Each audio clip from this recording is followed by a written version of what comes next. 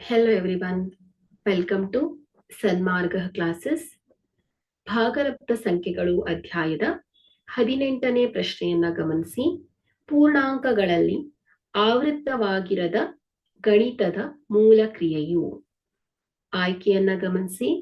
A ಸಂಕಲನ, B ಗುಣಾಕಾರ, C ಭಾಗಾಕಾರ, D ವ್ಯವಕಲನ. ಇಲ್ಲಿ ಪೂರ್ಣಾಂಕಗಳ ಸಮೂಹಗಳು. ಯಾವ್ಯಾವ ಸಂಖ್ಯೆಗಳಿದೆ? 0, 1, 2.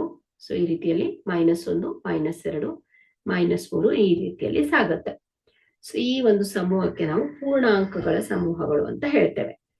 ಇಲ್ಲಿ ಒಂದು ಪೂರ್ಣಾಂಕವನ್ನ ಇನ್ನೊಂದು ಪೂರ್ಣಾಂಕದಿಂದ ಭಾಗಿಸಿದಾಗ ಅಂದ್ರೆ ಶೂನ್ಯವಲ್ಲದ ಸಂಖ್ಯೆ ಬರುವ ಫಲಿತಾಂಶ ಏನಾಗಿರುತ್ತೆ? ಯಾವಾಗ್ಲೂ ಪೂರ್ಣಾಂಕಗಳಾಗಿರೋದಿಲ್ಲ.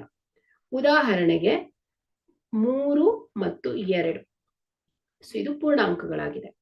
ಆದ್ರೆ 3/2. 3ಅನ್ನ 2ರಿಂದ ಭಾಗಿಸಿದಾಗ ಇಲ್ಲಿ ಏನಾಗ್ತಾ ಇದೆ? ಉತ್ತರ 1.5 ಬರ್ತಾ ಇದೆ. ಇದು ಪೂರ್ಣಾಂಕವಲ್ಲ. ಆದ್ರಿಂದ ನಾವೇನ್ ಹೇಳ್ಬೋದು?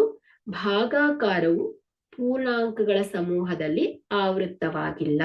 ಓಕೆ, ಹಾಗಾದ್ರೆ ಕೊಟ್ಟಿರುವಂತಹ ಆಯ್ಕೆಯಲ್ಲಿ ಸಿ ಭಾಗಾಕಾರ ಪೂರ್ಣಾಂಕಗಳಲ್ಲಿ ಆವೃತ್ತವಾಗಿರದ ಗಣಿತದ ಮೂಲ ಕ್ರಿಯೆಯಾಗಿದೆ. Thank you.